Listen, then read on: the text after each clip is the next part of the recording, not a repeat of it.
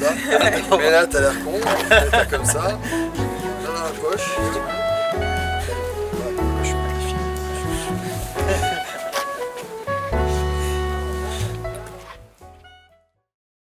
Bonjour, nous sommes ici dans le cadre idyllique du lac d'Annecy, plus précisément sur sa rive ouest, tout près de la plage de Sevrier qui sert de camp de base au trail Semnoz Tour qui a débuté l'an passé. Alors pourquoi aujourd'hui à Sevrier? Parce que nous allons nous entretenir avec les chevilles ouvrières des 3 trails qui ont intégré le nouveau challenge des maratrails du lac d'Annecy.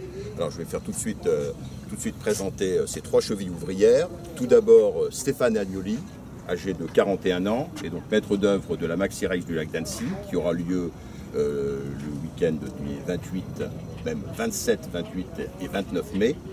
Ensuite Gaël Varsarek, qui est l'une des chevilles ouvrières, hein, puisque dans cette équipe, il n'y a pas de numéro 1, il n'y a pas de hiérarchie. Donc pour Gaël, ça sera donc le maratrail de la Sambuie, qui aura lieu le premier dimanche du mois de juillet, c'est-à-dire le 3, il me semble. Hein. C'est ça. Voilà. Et enfin, Patrick Baladier, qui est le précurseur, hein, on peut le dire. Il en a émis l'idée avec Stéphane, d'ailleurs, en 2013, du Trail Semnoz Tour, et dont la première édition a eu lieu donc ici même, hein, en septembre dernier. Voilà. Alors tout de suite, première question, et là je vais m'adresser plutôt tout de suite à toi Stéphane, puisque c'est toi qui en as émis l'idée de ce challenge. Dès, je crois, avant même la première édition du Trail Semnoz Tour. Peux-tu nous dire pourquoi cette idée d'un challenge qui rassemble les 3 maratrails du bassin annécien? L'idée, elle était assez simple au départ, c'est qu'on a organisé des courses sur le bassin annécien pour promouvoir le terrain où on s'entraîne tous les jours, où on pratique, que ce soit Faverges, que ce soit ici à Sevrier ou que ce soit sur le bassin annécien et la Maxi Race. Et il était tout à fait logique que ces 3 courses se regroupent pour continuer à promouvoir le bassin annécien, ses montagnes et ses chemins. Il n'y a pas de structure officielle sur le bassin annécien qui s'occupe de promouvoir cet espace de pratique du trail running. Donc on l'a fait et voilà d'où vient l'idée, toute simple. Je trouvais ça intéressant parce que disons que ces 3 trails qui en fait sont sur des rives différentes du lac d'Annecy. Comme tu l'as dit tout à l'heure, ben voilà, le Semnoz c'est sur la rive ouest, la Marathon Race c'est sur l'est, il y a Faverges au nord. Donc ça fait 3 visions différentes du lac, ça entoure le lac.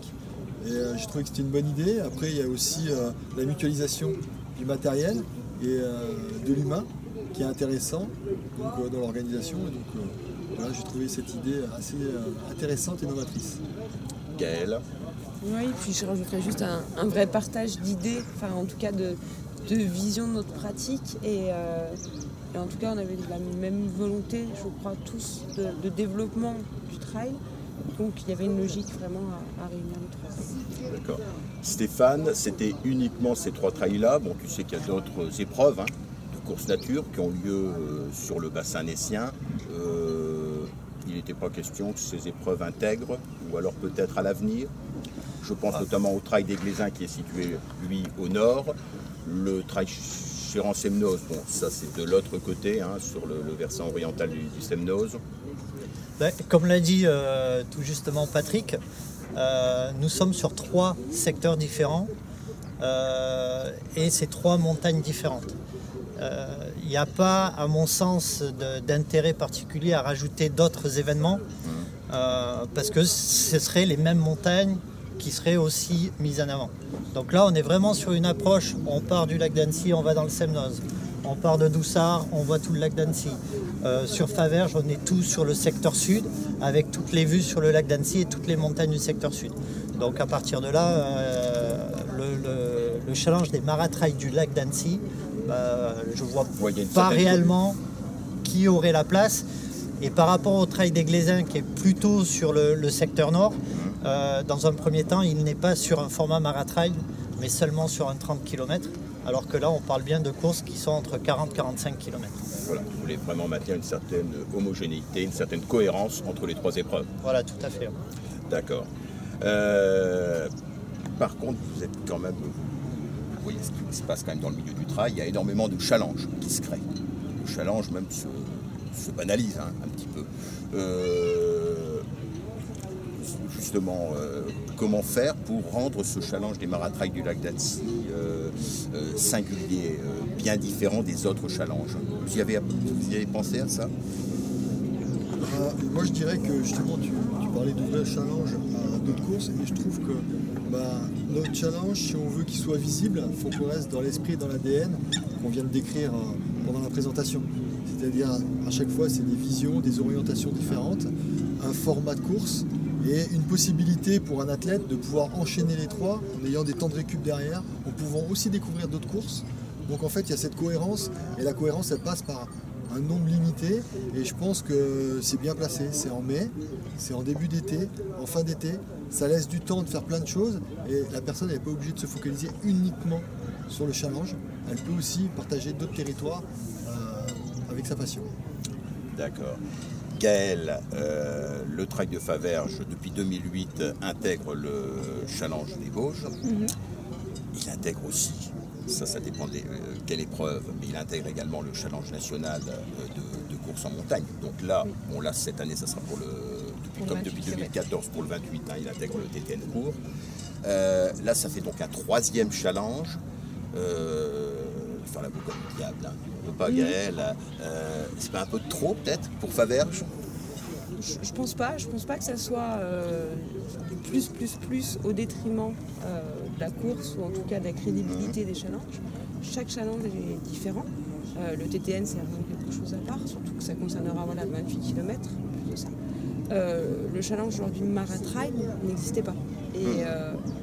Et finalement je pense que c'est plutôt un atout et quelque chose qui est apporté en plus et qui pourra au contraire séduire les coureurs que quelque chose qui peut pénaliser ou être vu comme un surplus inutile. Voilà. Alors, pour attirer du monde, c'est sûr, les gens, quand s'ils veulent rejoindre ce challenge, s'ils veulent participer à ce challenge, ils vont quand même lire la réglementation. Stéphane, tu peux nous dire un petit mot sur cette réglementation du challenge cette année? On l'a fait très très simple. On additionne juste les temps des coureurs de chaque course. Ouais. Celui qui a le temps le plus petit, il est en tête du challenge. Voilà. Et après, au niveau des lots, on n'a pas voulu que ce soit que le premier qui gagne. Parce qu'on n'est pas non plus sur un challenge 100% élitiste. Et on a fait un lot qui sera officiel d'ici peu, mais qui sera très international. Et il sera tiré au sort parmi les 10 premiers hommes ou 5 premières femmes. Donc 15 personnes pourront accéder à ce lot. Ce n'est pas obligatoirement celui qui gagne qui prend le lot. Donc voilà. Et puis pareil après jusqu'au 20e du challenge, et puis etc.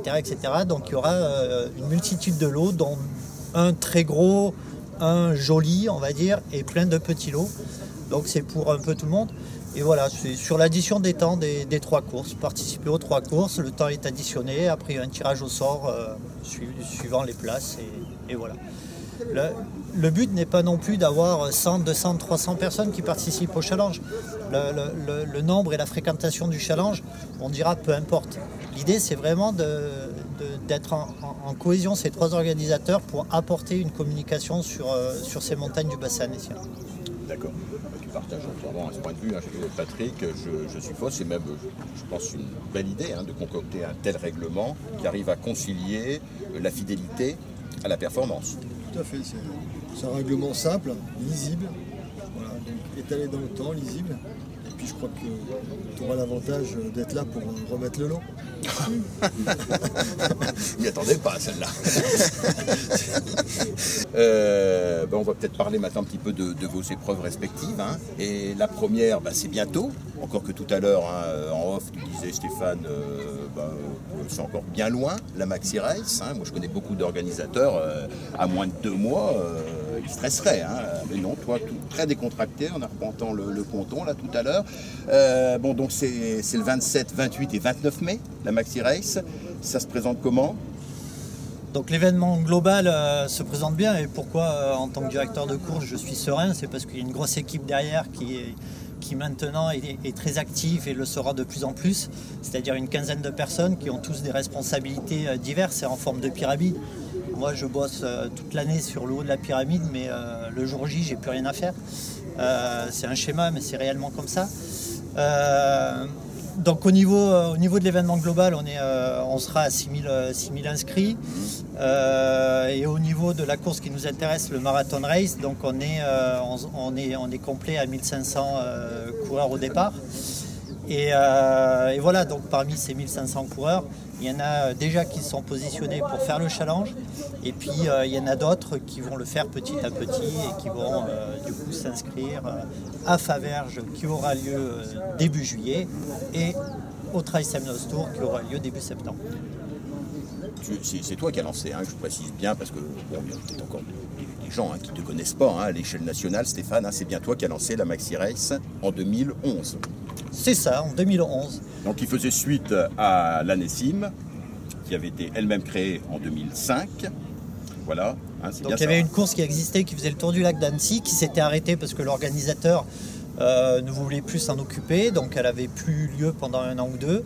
Et derrière, sur l'impulsion de Technica et de la mairie d'Annecy-Lieu, donc on a lancé cette Maxi Race avec des subtilités un peu différentes de ce qui se faisait avant.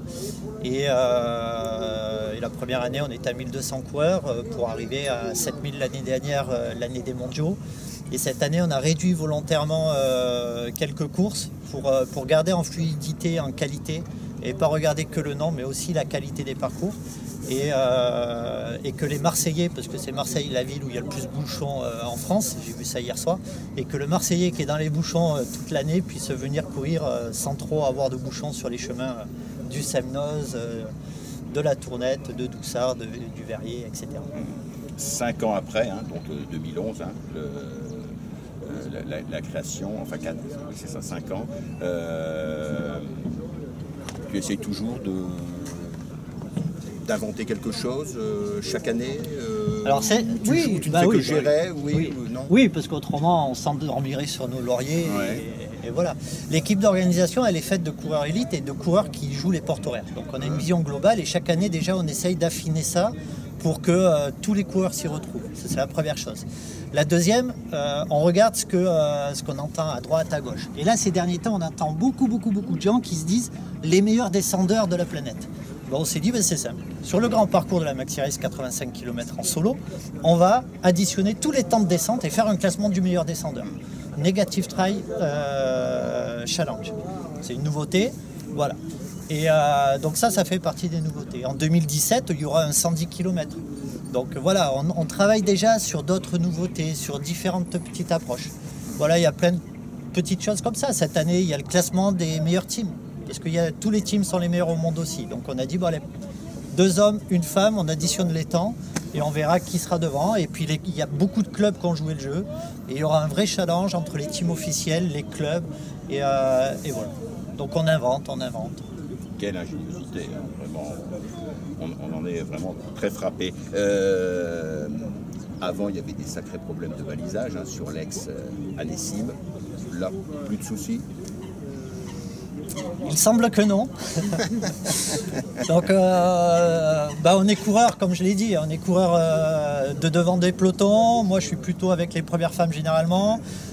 Dominique c'est plutôt quelqu'un qui est au porte horaire. Et chacun apporte sa vision aussi du balisage. Comment un coureur qui court à 18 km/h sur les plats va regarder le balisage, et comment un coureur de derrière va le regarder. Et la vision est totalement différente. Donc on essaye on s'est fait une petite charte du baliseur, d'ailleurs que j'ai renvoyé à tous les responsables de tronçons pour qu'ils se le remémorent d'année en année. Et on essaie de respecter ça du premier au dernier. Le premier baliseur, qui n'est pas le même que le dernier, aura exactement la même méthodologie. C'est des petites choses qui sont importantes en tant que coureur. On voit souvent sur des courses le balisage qui change de méthodologie. Donc là, on essaye de respecter une même charte. Et peut-être que cette charte du balisage sera reprise par pas mal d'organisateurs. Il y a des demandes qui se font pour que je leur transmette. Gaël, donc je ne sais plus si je dis ton âge tout à l'heure, 33 ans. Voilà. Oh. Gaël, alors le trail de Faverges, c'est une institution en Haute-Savoie, puisqu'il est apparu dès 2001. On peut dire que c'est l'un des ancêtres du trail long en Haute-Savoie, avec les Allobroges qui ont précédé Faverges de 15 jours, exactement. Ouais. Et par contre, toi, tu es sur le pont véritablement depuis décembre 2010. Enfin, je veux dire, tu es à la tête de l'équipe managériale, qui était déjà avant dans l'équipe, avant 2010. Dans l'équipe depuis déjà quelques années, une petite dizaine d'années, on va dire. Oui. Après, il y a eu une période de responsabilité complète du trail. Jusqu'en 2014, voilà, c'est ça. Et puis depuis 2 ans, en fait, on s'est réparti un petit peu les tâches. On est une équipe d'une quinzaine de personnes et finalement, il n'y a pas forcément de supérieur hiérarchique, mais il y a une concertation commune qui permet d'avancer et de répartir un petit peu les responsabilités. Alors là aussi, à l'image, c'est vrai que vous allez bien ensemble, tous les trois. C'est vrai qu'il y a une véritable homogénéité. Vous n'aimez pas la sclérose à Faverges. Non. Sans arrêt, il y a des innovations. Je crois que les coureurs n'aiment pas la sclérose de manière générale, les organisateurs encore plus. C'est-à-dire que chaque année, le but c'est de garder ce qu'on sait faire, c'est-à-dire la qualité de. Notre volonté c'est de donner une qualité de course quand même aux coureurs. Ça c'est la base, au niveau sécurité, etc. Après, derrière, par contre, c'est important d'apporter de l'innovation, d'apporter des nouveautés. Donc chaque année, on essaye soit d'améliorer les parcours, parce que là, on a la chance quand même d'être dans un environnement où on n'a que l'embarras du choix pour proposer des parcours qui sont magnifiques. Et puis après, là, cette année, par exemple, on aura une course en plus le samedi, qui sera l'Underwear Race, et qui sera pour la lutte contre le cancer du sein. Donc une course en sous-vêtements. Ah ouais. Voilà. Ouais. Côté innovant, mais voilà, innovant, c'est vraiment pour la bonne cause. L'ensemble des inscriptions seront conversées pour la lutte contre le cancer du sein. Super. Donc le fait d'avoir changé de date par rapport aux exigences du parc naturel régional des Bauges, ça a été facile quand même, ce changement de date, ça s'est fait facilement, ou alors il y a eu peut-être un petit retrait de la participation? Est-ce que les trailers ont suivi globalement, ou tu as senti qu'il y avait une petite réserve de leur part? Parce que c'est quand même pas rien de changer, de passer du mois de juin au mois de juillet. C'est sûr, parce que surtout que là, en passant au mois de juillet, on était finalement en concurrence, entre guillemets bien sûr, mais avec plus de courses. Ouais. Après, notre volonté première, c'est de promouvoir les montagnes, c'est d'aller courir dans l'environnement dans lequel on évolue chaque jour. Et il y a un moment donné, si pour protéger des zones tétra, ou pour respecter... C'était le cas, voilà. C'est pour ça qu'on a dû modifier les dates. C'est la moindre des choses. Ça fait partie aussi, nous, de nos obligations de respecter l'environnement dans lequel on évolue. Et si c'est une demande du Parc des Bauges, on s'adapte. Après, certes, on aurait préféré sans doute rester sur des dates où il y avait moins d'autres courses. Mais finalement, je crois que les coureurs le comprennent aussi, parce que la plupart sont sensibles quand même à ces sujets environnementaux et peuvent comprendre que la modification est liée à des raisons qui sont essentielles. Voilà, là au moins, protection des écosystèmes et sport font bon ménage. Contrairement à d'autres manifestations. Je ne viserai personne, contrairement à d'autres. Là, ça marche. Mais je crois que c'est notre volonté à tous, c'est de dire, on évolue dans des environnements qui sont protégés. On est là aussi pour les protéger, pour les promouvoir, mais toujours dans le respect de... Tu peux nous dire très rapidement, Gaël, par rapport au tétralyre, parce que finalement, c'est le tétralyre qui nous occasionne ce changement de date. En fait, on a des zones de protection tétralyre sur le parcours. Et en fait, il y a des périodes de nidification, des périodes qui sont plus propices à gêner le tétralyre parce qu'il est plus faible à certains moments de l'année. Et en tout cas, début juin était une période propice à l'embêter. Donc voilà, le fait de décaler les dates permet en tout cas d'arriver, on passe toujours sur ces mêmes zones tétra, bien sûr, mais en tout cas, l'animal, entre autres, l'animal est moins faible à ces périodes-là. Donc en tout cas, il y aura plus de chances de survie et d'être moins dérangé. On a aussi adapté des horaires, on fait passer des messages aux coureurs sur les reconnaissances avant les courses. Enfin voilà, il y a plein de choses comme ça. Sur le parcours, on a aussi de la signalétique spécifique pour indiquer, parce que les gens ne savent pas forcément. Enfin, indiquer, là il y a des zones de protection. Et... D'accord. Dernière question pour toi, Gaël. maratrail de la Sambue est limité à 550 inscrits, hein, c'est bien cela. On en est où pour l'instant au niveau des inscriptions? Alors j'avoue que j'ai pas beaucoup suivi les inscriptions, Ouais. très honnêtement. Non, on est, je crois qu'au total des inscriptions, alors j'ai pas la répartition maratrail ou trail 28, mais on était à peu près entre 400 et 500 inscrits. Très bien Gaël. Et donc maintenant Patrick, hein, Patrick Baladier, qui ne connaît pas Patrick dans les pays de Savoie, ancien militaire, hein, ancien chasseur alpin, et qui a eu donc l'idée, hein, tout seul, hein, il va nous le dire, tout seul ou alors vraiment avec Stéphane, de ce nouveau trail, hein, qui donc a fêté sa première édition en septembre dernier, hein, ici même. Hein. Ah, ça doit te toucher là d'être là en ce moment là. Hein, je suppose, hein, pas loin de la plage, hein, qui a servi de camp de base. Ça sera encore le camp de base pour septembre prochain. Ça va pas changer. Ça changera pas. Non, ça peut pas changer. Hein. Là, franchement, non, si tu non, changes non. là, Ouais. là, je serai en colère. Hein. Franchement, avec un tel cadre Ah ouais, idyllique. non. C'est sûr que ça ne changera pas. La plage de Sevrier, déjà, disons que contrairement à Faverges et puis à la Maxi Race, le Trail Semnos Tour, donc on organisait avec Stéphane, c'est vraiment une course très très jeune. Voilà, elle n'a qu'un an d'expérience. Effectivement, en 2013, et puis même, moi depuis que j'habite le village de Quintal, voilà, Semnos c'est mon terrain d'entraînement. J'appartiens à la SPTT Annecy, avec qui j'ai organisé la grimpée du Semnos et avec qui j'organise encore le trail blanc du Semnos. Donc en fait, voilà, j'ai une relation un peu particulière avec cette montagne. Et puis voilà, j'ai eu l'idée d'organiser un trail qui s'est encore plus affiné à partir du moment où la grimpée du Semnos a disparu. Et puis voilà, un jour on s'est rencontré avec Stéphane et il avait, voilà, Stéphane il est motivé pour tout ce qui est projet innovant. Et puis voilà, on a échangé sur ce point et on s'est dit tiens, voilà, on peut construire quelque chose parce que voilà, créer une course tout seul c'est impossible.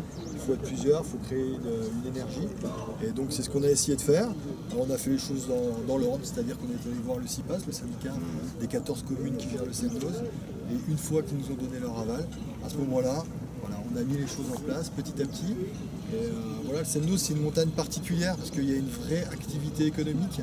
Il y a une activité économique parce qu'il y a une station de ski au sommet, mais pendant l'été, et c'est là où on est présent, il y a une vraie activité pastorale, économique. Et voilà, c'est les alpagistes, il faut jouer avec eux, disons que dans le sens où il ne faut pas les déranger, parce que c'est quand même leur lieu de travail. Donc on essaie d'avoir d'excellentes relations, on passe régulièrement, on a choisi exactement les itinéraires avec eux. Et après la course, on va nettoyer toutes les traces, c'est-à-dire que sur le plateau, le dimanche soir, il n'y a plus une trace de peinture. Voilà, on essaie d'être respectueux de leur travail et de leur outil de travail qui est le Semnos. Et après, sur la montagne elle-même, il y a des sentiers, entretenir les sentiers, faire découvrir des nouveaux sentiers. Parce que je crois que sur certains parcours, il y avait des gens qui pensaient connaître le Semnos et ils ont découvert quelques-uns. Et puis après, il y a essayé de créer des nouveaux sentiers, comme les croix qui sont sur le Belvédère, elles sont toutes en aller-retour. Voilà, l'objectif à moyen terme, c'est d'essayer de créer un sentier qui passe par la croix pour qu'on puisse passer en courant, mais aussi que les randonneurs ne fassent pas qu'un aller-retour, ils passent tout simplement sur le sentier et qu'ils découvrent le panorama merveilleux sur le lac. Donc cette année, il y en aura 4. Tu peux nous présenter rapidement quand même, puisque c'est tout nouveau hein, pour le trail. Il y avait les 3 épreuves de l'année dernière, je suppose, demeurent. Et il y en a une nouvelle. Donc on a créé, il y a le 45 km, voilà. Donc qui fait partie du challenge. Il y a le 26 km avec 1500 mètres de dénivelé. Ouais. Il y a toujours le 12 km avec environ 600 mètres de dénivelé, toujours au départ et à l'arrivée de la plage de Sevrier. Et on a créé une nouvelle course. Donc à César ce qui est à César, c'est Stéphane qui a eu l'idée. Voilà. Non. Et en fait, il a créé son challenge Negative Trail sur la Maxi Race. Et voilà, et pourquoi pas faire que la descente du Semnos.